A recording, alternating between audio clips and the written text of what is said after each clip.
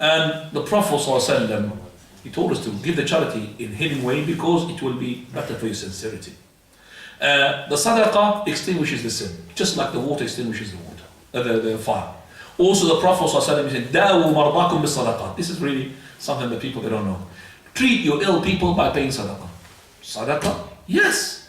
Give a sadaqah for the sake of an ill person, yourself or somebody in your family. This is for the sake of his. And Allah subhanahu wa ta'ala could find this person, he's cured from a very, very difficult disease, a fatal illness because of such and such sadaqah. The sadaqah is very important, and I remind my brothers that the sadaqah, you give it for a person, and remember that person who gave a sadaqah, the following, by Allah, I'm going to give a sadaqah. The sadaqah had fallen in the wrong hands. One was rich, and one was a thief, and a woman, she was what? A harlot. And then he was told, he said, verily, maybe the rich, he will now, who's a stingy, will learn to give sadaqah, if the poor person given sadaqah. As for the thief, he will learn not to steal. And as for the harlot, she will start making the fahisha, wal-iyadu billah. مَا نَقَصَ مَالٌ مِنْ صَدَقَةٍ. Never ever think that the sadaqah will increase your money. It will increase your money. The best of sadaqah that you could give, number one, is onto your family. One companion, could be Abu Marthad radiallahu anhu wa ardah. He was seen by Umar al-Khattab, and he was making a deal regarding an item he wants to buy. It's a garment. So he says, what are you doing? He said, I'm trying to make a deal to buy this cloak, this garment, this thobe, so I could give it a sadaqah. So he left, and he was the Khalifa all the time. So he came back, yeah, what are you doing? He said, oh, alhamdulillah, I bought it. He said, what did you do? I said, I'm giving a sadaqah. To who? To my wife. He said, you gave sadaqah to your wife? He said, verily, because the Prophet ﷺ, he says, the best of sadaqahs you give is to your wife, your ahl. He said, fear Allah. Fear Allah. What would you say about the Prophet of Allah? He said, I'm not going to let go of you. He's talking to the Khalifa. I'm not going to let go of you until I show you. So he took hold of him, of the Khalifa, and to Aisha. Our mother, Aisha. Didn't the Prophet ﷺ say, the best of charity that you give is to your wife? She said, yes. See, so he took the Khalifa and said, I'm not going to let go of you. Because you said, fear Allah. You think I'm lying about the Prophet ﷺ? So, the best, so he gave it to his wife, But he didn't say, wife, this is sadaqah on you. She'll punch you. You can't say that to your wife. But this is a sadaqah. So every time she eats sadaqah. As I said, a number of times people complain, my wife eats a lot. Brother, don't worry, sadaqah. You're going to get more reward. Don't complain. It's your family, it's your wife. Huh? So don't complain, it's your wife, your children. Alhamdulillah, the best of sadaqah. Even from the wife, the best of sadaqah is towards her husband. When the Prophet ﷺ, he finishes from the admonishing of the men on the Eid, he went to the women. With him, Abdullah ibn Abbas. He said, Tasaddaqu, O women, fear Allah, and pay sadaqah, for I very looked in the hellfire. I saw most of you are in the hellfire. That means most of the hellfire inhabitants are from the women. And that's true. So, give charity in order to set yourself free from the hellfire. As soon as Zainab, the wife of Abdullah ibn Mas'ud, heard about this, straight away, she goes to the house and she brings all her gold. So Abdullah ibn Mas'ud is a poor man, by the way. He says to her, why are you taking this? She said, the Prophet of Allah, he said we have to give charity in order, to save ourselves from the hellfire. Well, the best charity is in me. Give it to me. And the charity said, her husband. She said, no, until I ask the Prophet of Allah. So she went to ask the Prophet. The Prophet said, yes, the best of charity you give is in your family. So she went back to give it to her husband. So the husband gave charity to his wife, and the wife gave charity. But remember, as a husband, it is part of your expenditure to spend on your wife. Whereas vice versa, no. She's got no right, she's got no obligation upon her to spend money on you if she's rich. She wants to give you as a sadaqah, jazakallahu khairan, as a gift, jazakallahu khairan. But you have to what? It's incumbent upon you to spend upon it. But the spending have as well with the intention of what? Of sadaqah. So this spending which is incumbent upon you, you have it as well with the intention of sadaqah. And finally, the last person is a man who remembered Allah subhanahu wa ta'ala on his own. And his eyes are well up. His eyes are flowing with tears. Why on his own? Away from showing off his sincerity. He remembers the day when he's going to be confronted by the Almighty, and he's going to remind him what he used to do between four walls on his own. Nobody knows except for him. And he would say to him, just like I've hidden your sins in the dunya, I will hide them for you on the day of resurrection. So as soon as he remembers that, his eyes are overflowing with tears. This person will get the shade on the day of resurrection. Will be no shade except for the shade that Allah provides. So when this person has this feeling, would be sort of growing and growing inside himself, the feeling of that he's being watched by the Almighty, the feeling that every time he does something wrong, that Allah is there. So his fear would increase, and whenever he remembers Allah subhanahu wa ta'ala, he would remember the day would be before his Lord. So, and that is when he would cry and weep from the fear of Allah Azza wa Jal. By this, your soul becomes a nafsul lawama. Al-lawama, which is the one tells you off. Ka'b ibn Malik radiallahu anhu, when he was left behind in the battle of Tabuk, and he delayed himself for no reason. Then he says about this, he said, verily, I used to say to myself, I'm capable of going and following the Prophet of Allah if I wish. So his self is telling him off, why are you staying behind? But he did not listen until he went too far, and the Prophet of Allah is already in Tabuk. And he was delaying it and delaying. So this person has got his self, he's been trained to tell him off whenever he does something bad, to tell him off when he did not do as good as she expected him to do. Some of people, one cousin of mine, he came to me. He said to me, I go to Mecca. One night he went to Mecca, he was in the Taraweeh, in the night of Al-Qadr. He said, the Imam was crying in that recitation of his, and I found people next to me, they're groaning, crying, weeping. And even I'm trying to make myself cry, I can't. So I don't know, why do they get the tears? I mean, there's something wrong with my eyes. That's what he's saying, because everybody's crying, Imam's crying, and he's trying to cry, but he can't. He said, there's nothing wrong with your eyes. It's the heart. Because the heart is not having the same word coming to your ears. They come to their ears. But that heart of yours, it's got dust and rust on top of it. So the words are not penetrating properly. There's something which is bouncing the words of Allah back. So it's not going inside. For those, if they are sincere, their hearts taking the words of Allah straight away and responding, the fear of Allah goes into the brain, goes into the heart, and the eyes acting upon such fear. And that's why they're crying. That's why I'm just saying, the person who does not cry in such moments, there's something wrong with his heart. You need a heart doctor. Not the heart physician. The heart doctor is the words of Allah, the Sunnah of the Prophet Muhammad sallallahu alayhi wa alihi wa sallam.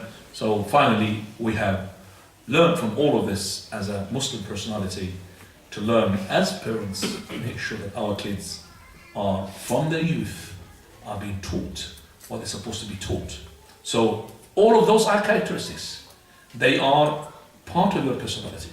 So when you are a person who is in charge, you have to be knowing what you are in charge of, responsible, and you have to be just.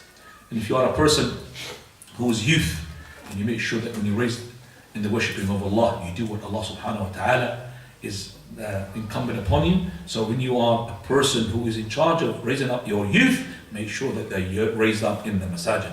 Third person, the person who loves Allah, loves his brother for the sake of Allah subhanahu wa ta'ala. The fourth person, the person whose heart is being hooked and established in the masajid. And the fifth person is the person who had seen a woman with high standing and extreme beauty. She called in for the fornication with Aisha. He says, I fear Allah. And a person who spends in charity so much that he is left, doesn't know how much is right, had spent because he conceals it. And the last one, a person who had remembered Allah on his own, and his eyes are well up, and he had been crying because of that. Those all these characters that we have learned. أسأل الله سبحانه وتعالى أن ينفعنا بما قد سمعنا وآخر دعوانا الحمد لله. And you've got 4 minutes for questions and answers.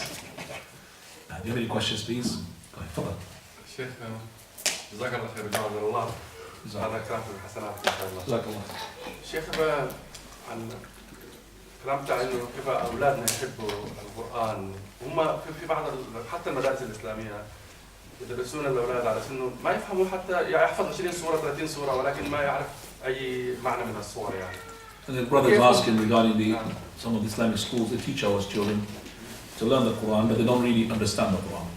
I would say, if you don't have a person to interpret the Quran for them, don't lose that opportunity to at least for them to memorize. Because the memorization is in maybe later stage, you will come with explanation. But don't say that, oh, because they're not really learning the meaning of the surahs, I'm not going to make them to memorize. Make them to memorize, because it can one day, that when they will learn even better memorization, more rules of tajweed, and then as well to learn the meaning of it. So memorization is important, but as in the ideal situation is supposed to be, as the Prophet ﷺ's companions, they said, Prophet of Allah will not make us to write or memorize 10 verses until we have learned those 10 verses that we have got, memorized them, knew the meaning of it, and implemented them. Third stage of implementation. Then after that we go to another 10 verses. That's how it is. So, but because we don't have the ideal situation, memorization, if the child is within memorization, he likes it, then let him go ahead. Because some of them, mashallah, they could memorize the Quran. 7 years old is hafiz. And when he's hafiz, when he's a kid, he's, mashallah, it's not going to be, it's going to be difficult for him to forget the Quran. But you make hafiz when you're old, very easy to forget it. And التعليم في الصغر كنقش بالحجر. Teaching when he's a kid is like engraving in the stone. Engraving in the stone. That means it's permanent, almost. Now, تفضل. Now, there is this man, he lives in the Netherlands. He used to be my student actually. I taught him between 1979 and 1983. But we've been in touch since then. He comes from the provinces in my country, the Gambia. He sends money to his family, the villagers, and to surrounding villages. And he sends some other things. And he has to do it through people. He has to do it through certain people. He has to send the money to his cousin. He has to send goods and items to somebody else. But the villagers started talking about the goodies he's doing. So he said he listened to a sheikh who said that. To listen to a sheikh? Yeah, who was preaching to say that, like, those people who will be dragged to hell will be those people who have been giving or being for popularity. And he said he's not only for popularity, but he's become popular unintentionally. So he's afraid whether he has to continue doing that and become unpopular unintentionally, or he has to stop doing it. But he does it through people and they talk about it. Okay, the answer of this question, I don't know if the question is being heard by the sisters. The question, if a person is being given or doing something good, and then by no plan, and he did not plan it himself, that is, he did not plan it himself, that this person became famous and people made him famous because of what he's doing, like a charity. Should he stop what he's doing, or should he continue? Imagining Imam, okay, he's having good recitation. And people after the recitation, mashallah, Allah, your voice is very nice. Should he stop from Imam? I think there are lots of people, lots of reciters will stop now. You see, not every person is similar to another person. For the Prophet ﷺ, he said, regarding a person who is being praised for something that he does, قال ذلك عاجل بشرى المؤمن. This is the glad tidings that the brother, the believer would take before he will take his glad tidings in the hereafter. So he's got one here, one in the hereafter. And that depends upon your intention. So this person recites for the sake of Allah. He is not reciting from the beginning just to make sure that the people would say, wow, what a reciter. Huh? Ooh. If he's doing for that, he's without even any person, let's say that nobody said, oh, boring. Huh? Just because of his intention, he invalidated his deed. Because he didn't do it for the sake of Allah. But if he did it for the sake of Allah, and you know, sometimes the recitation comes from the heart to the heart, heart to the heart. Then the person says, mashallah, wallahi, that is, alhamdulillah. But if that person who's going to give him that praise, he thinks, I'm going to suck him, I might help the shaitan against him. Because it's still young, it's still hard, I can't really give him that. So you have to be careful to give that the praise.